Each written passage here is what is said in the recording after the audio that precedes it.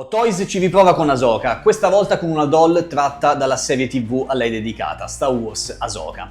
Non stiamo parlando tecnicamente di una 2.0, di una vera e propria 2.0, perché la prima doll realizzata da Hot Toys era quella ispirata alle vesti del personaggio in The Mandalorian. Una doll che a me era piaciuta molto, la DX21 se non sbaglio, sebbene non avesse proprio una grande somiglianza con Rosario Dawson, con l'attrice che interpreta il personaggio, e anche qualche altro difetto che mi auguro non si sia portato dietro anche questa nuova versione. Questa è comunque una doll completamente diversa, anche le vesti di Ahsoka stessa sono completamente diverse dalla prima versione e quindi vediamo se effettivamente Hot Toys è riuscita a migliorare, soprattutto nella somiglianza, il proprio lavoro relativo a questo personaggio.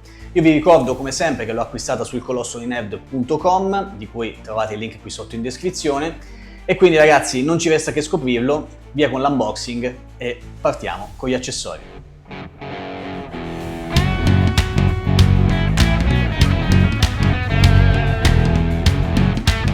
Iniziamo dagli accessori, la parte del video più skippata in assoluto, ma a me piace essere preciso e darvi tutti i dettagli della doll in questione. In questo caso abbiamo una basetta di forma circolare, colorazione bianca, abbastanza alta, molto più alta di quello a cui siamo abituati. Bello il dettaglio della superficie che è ruvida con dei dettagli dorati che ritroveremo anche nel piccolo diorama che viene fornito da Hot Toys. Nella parte frontale abbiamo il logo di Ahsoka con questa targhetta che è solo verniciata, non è metallizzata, ma è solo verniciata con questa vernice appunto metallizzata. Nella parte posteriore, come sempre, c'è il foro di alloggiamento per il supporto che, attenzione, attenzione, questa volta è trasparente, meno male, almeno questo è rigido e viene accompagnato da una claw piccolina che abbiamo già visto. Come sempre io vi invito ad evitare l'utilizzo di queste claw per tempi prolungati, poi a vostro rischio e pericolo. Come vi dicevo c'è questa parte di diorama che schifo non fa, anzi a me piace parecchio, con questa roccia nera che ritroviamo appunto all'interno della serie dedicata ad Ahsoka, belle le fratture, bella la colorazione, anche senza con il pennello diciamo con un minimo di colore, quindi a secco, bellissima, belle le rifiniture dorate, come vi dicevo fa la sua porca figura inserita nella basetta in questo modo. Bene, questa mi piace molto. Poi passiamo ai soliti accessori che non sono tantissimi nel caso di Ahsoka, di questa sua versione. Abbiamo le spade laser, giusto per farvi vedere sono identiche, se non mi sbaglio, alla precedente versione, alla DX21, hanno la particolarità di essere curve, di somigliare quasi a delle katana, questa cosa mi è sempre piaciuta di Ahsoka. Abbiamo come al solito la versione, quelle più piccoline e poi quelle più grandi che abbiamo appena visto, e la versione con i LED che si accendono che, ragazzi, spoiler, fanno veramente schifo e quindi non ve le mostro nemmeno perché sono vergognose, la luce che fanno è veramente fioca. Effetti whoosh per entrambe le katana, anche questi come sempre sbagliati, che la sfumatura è dritta, ma secondo me continuo a ripetere che non dovrebbe essere in questo modo, e l'ama delle spade laser, anch'esse una più piccolina, una più lunga, con la particolarità che troviamo appunto in Ahsoka di non essere perfettamente dritte, ma avere questa sorta di forma conica con la superficie che si va ad assottigliare man mano che ci si avvicina alla parte terminale. Abbiamo poi due paia di mani intercambiabili, queste con i pugni serrati, eccoli qui, e poi questa per la presa delle katana, delle spade laser. Un'altra mano per l'utilizzo della forza con queste 3 dita.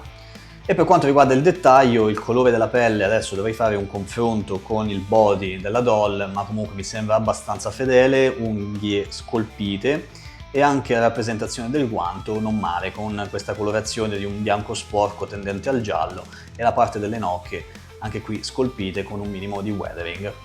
Buona la resa di queste mani.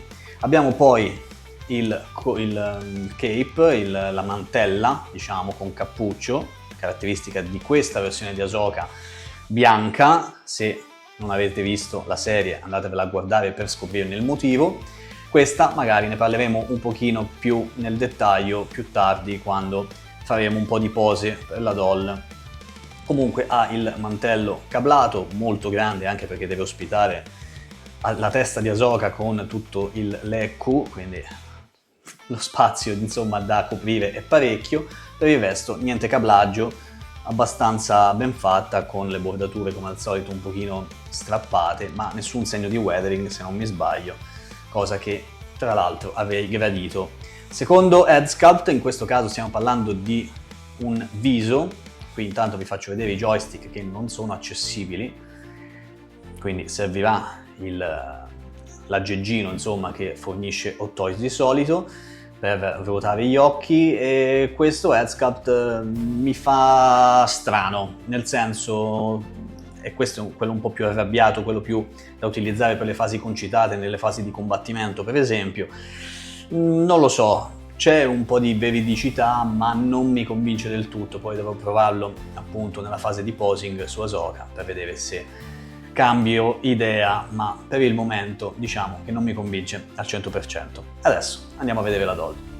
Sempre bellissima Ahsoka, in questa versione secondo me ancora più bella di quella precedente, della DX21. Per quanto riguarda il peso della doll è parecchio pesante, mi dà lo stesso feed, le stesse sensazioni di quando presi in mano appunto la DX21.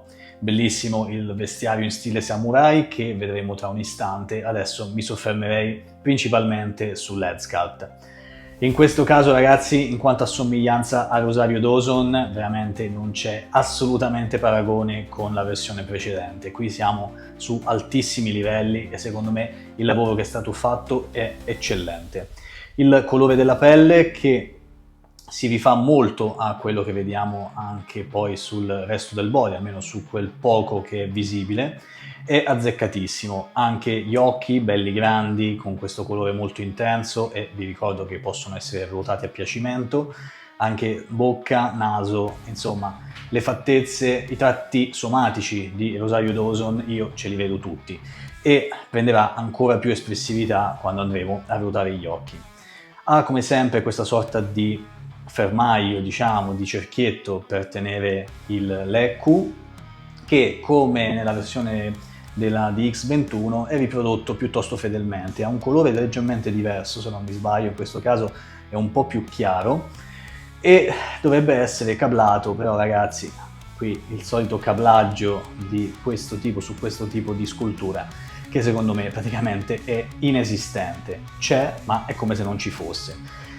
E non so per quale motivo non viene fatto nessun passo avanti da questo punto di vista, perché bisognerebbe farlo con un materiale magari un po' più morbido, un po' più plastico per adattarlo alle pose. In questo caso ovviamente ragazzi andrà a limitare totalmente o quasi totalmente l'articolazione della testa, lateralmente insomma tenendola un pochino piegata in questo senso, o non lo so, insomma, mi sembra parecchio limitata e quindi secondo me da questo punto di vista si sarebbe potuto fare qualcosa di più. Speriamo magari in una versione successiva in cui sarà finalmente fissata questa parte. Per quanto riguarda il resto del body abbiamo sulla parte visibile ovviamente silicone medico, doppia, cioè c'è un lato positivo e un altro negativo. Quello positivo è ovviamente che è seamless, quindi almeno sembra seamless, perché poi Hot Toys è stata parecchio paraculo da questo punto di vista, perché andandola a coprire l'articolazione si trova proprio qui e dovrebbe avere un endoscheletro in metallo, quindi diciamo che seamless, quindi non si vede, però penso che sia comunque abbastanza limitata nei movimenti, ma anche questo lo scopriremo fra un istante.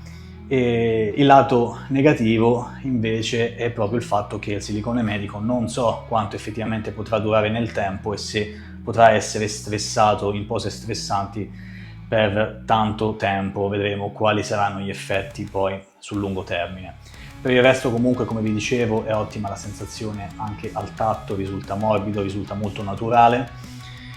E per quanto riguarda il vestiario, come vi anticipavo, io amo questa parte, questa veste samurai di Ahsoka, mi piace proprio il personaggio in quanto tale, e qui è ancora più accentuato in alcune parti rispetto alla versione precedente, sebbene non ci siano più le vecchie scarpe tipo da ninja che c'erano nella Ahsoka di The Mandalorian. Il vestiario è reso benissimo, tanto tessuto, ci sono delle parti scolpite tipo il centro di questa fascia, di questa cintura che porta in vita Ahsoka. Queste sono parti in plastica, i vari aggeggi, insomma i vari accessori. Tra l'altro ecco qui se ne è appena staccato uno in diretta, fantastico. Ecco, questo è un lato molto negativo, si è staccato di netto, vedremo se poi con la colla riuscirà a tornare insieme, ma sinceramente non credo, quindi punto notevolmente a sfavore. E vi devo dire che prima di iniziare questo unboxing avevo anche staccato, rimosso la testa in questo modo, e vi devo dire, appunto così ne approfitto per farvi vedere anche come si fa il cambio di testa.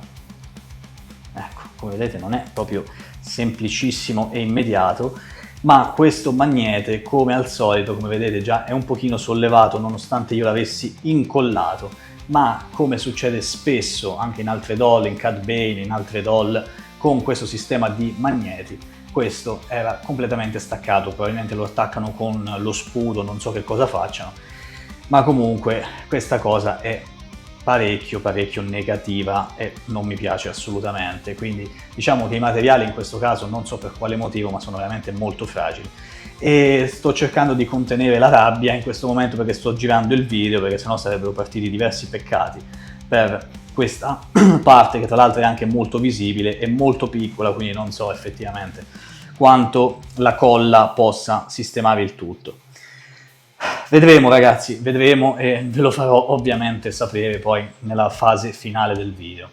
Per quanto riguarda il resto invece c'è il massimo della cura, dalla resa dei materiali a tutti questi ornamenti sui vestiti. Mi piacciono anche molto i pantaloni con questo effetto gonfio, insomma, di spessore, che tra l'altro credo che ci sia un'imbottitura all'interno, non ne capisco il motivo, perché comunque bastava mettere un po' più di tessuto invece di creare un'imbottitura interna, però diciamo che fastidio non ne dà. Le articolazioni sono molto basse, sia qui sulle braccia, come vedete non è proprio all'altezza del gomito ma un po' più in basso, proprio per andare a coprire l'articolazione, che in questo caso è coperta da questa fascia. Scusate ragazzi, sono in tilt ma ancora sto pensando a quella roba che si è rotta. E anche nelle ginocchia insomma c'è un po' di imbottitura, ma comunque l'articolazione si muove abbastanza agevolmente, scusate. Buona anche l'articolazione dei piedi, e la suola delle scarpe, come nella prima versione, ha questa forma un po' particolare che almeno nella DX21 mi aveva dato un pochino di problemi per l'equilibrio, poi lo vedremo in fase di posing. Per il resto ragazzi io sono davvero molto soddisfatto dal punto di vista prettamente estetico. Per quello funzionale, come vi ho detto, più di un problema, e adesso vedremo prima di tutto se riesco a sistemare questa parte e poi nella fase di posing vediamo come si comporta questa Ahsoka. Allora ragazzi, per chi ha seguito il video nella sua interezza, innanzitutto grazie, e solo chi l'ha fatto potrà capire perché sarò un tantino cattivello probabilmente, un po' deluso e leggermente incazzato per questa parte finale del video. Allora, oltre ai vari pendagli di cui uno si è rotto, praticamente l'avete visto anche voi, soltanto maneggiando un attimino la doll, si è rotto quel pendaglio. E va bene così. Ho provato, inutile dirvelo, ho provato a rincollarlo, c'è stato 5 secondi e poi praticamente si è ristaccato. Cercherò di sistemarlo, cercherò di metterlo a posto comunque sia in altri modi, mi inventerò qualcosa, ma comunque questa è roba che non dovrebbe succedere. Secondo, le articolazioni delle braccia nella fase di posing mi hanno dato un sacco di problemi. Una sembra funzionare bene, quella del braccio sinistro, quella del braccio destro è estremamente dura. Non è un difetto della novità, dell'essere nuova, della doll che è nuova, raga, non riesco nemmeno ad esprimermi in italiano, perdonatemi, ma comunque non è per quello, ma è proprio difettata l'articolazione. Poi ho trovato purtroppo un difetto anche nell'ecco, con un graffio nell'ecco, insomma tante cose che alla fine mi hanno fatto veramente odiare questo prodotto, sebbene fosse uno di quelli che io stavo aspettando di più, perché io per chi mi conosce sa quanto ami Ahsoka sia come personaggio che la serie TV, insomma tutto quanto. Lei è la protagonista di una serie TV che insieme a The Mandalorian io ho amato follemente, e quindi mi sta tanto sulle palle il fatto che abbia riscontrato questi difetti in questa doll. Può darsi, mi auguro, anzi sono quasi sicuro che saranno solo difetti di questo particolare pezzo. Sono stato sfortunato, è capitato a tanti altri con altre doll, va bene così. Però io veramente non riesco a concepire questa roba, non può succedere una roba con una doll di questo valore, e quindi anche mi è difficile veramente essere oggettivo in questa sorta di recensione, in questo video che sto facendo, in questa chiacchierata. Per il resto, ragazzi, la doll funziona se ci fossero, appunto, se non ci fossero questi difetti, se non abbia visto questi difetti. I difetti principali sono quelli dell'ECU, al di là di questa roba che ho trovato io, l'ECU che secondo me è totalmente da rivedere, da rendere più morbido, più articolabile, e tutto il solito problema del fil di ferro all'interno che ha Hot Toys per gli indumenti. In questo caso il cappuccio, come al solito, non aderisce bene alla testa di Ahsoka, quindi sebbene ci siano stati dei miglioramenti nel corso del tempo, comunque ancora non ci siamo, secondo me. Qualcosina da rivedere sulle articolazioni in generale, e vedremo come si comporterà poi questo silicone medico su questo body. Per adesso la Ahsoka di The Mandalorian è viva e vegeta, sta bene, non ha nessun tipo di problema, spero che per questo sarà la stessa cosa. Per il resto io amo comunque questa doll, mi piace tantissimo il suo stile, la colorazione, il tipo di vestizione, questo stile samurai, il LED sculpt che secondo me è fantastico. Però purtroppo appunto questi difetti, il magnete in testa, tante piccole cose mi hanno fatto purtroppo odiare sia registrare questo video che giocare tra virgolette con questa doll. Sicuramente dovrò fare qualcosa per sistemare il tutto, e lo farò, ci proverò, ma questo mi ha fatto veramente passare la voglia, più di quanto io di solito ne abbia, di mettere in posa Ahsoka. Detto questo, ragazzi, io continuo comunque a consigliarla a tutti, sperando che voi sarete più fortunati di me. Fatemi sapere che cosa ne pensate qui sotto nei commenti. Vi ricordo che l'ho acquistata su ilcolossodinerd.com, di cui trovate il link qui sotto in descrizione. Detto questo io vi saluto, ci sentiamo qui nei commenti e ci vediamo al prossimo video. Ciao raga, a presto!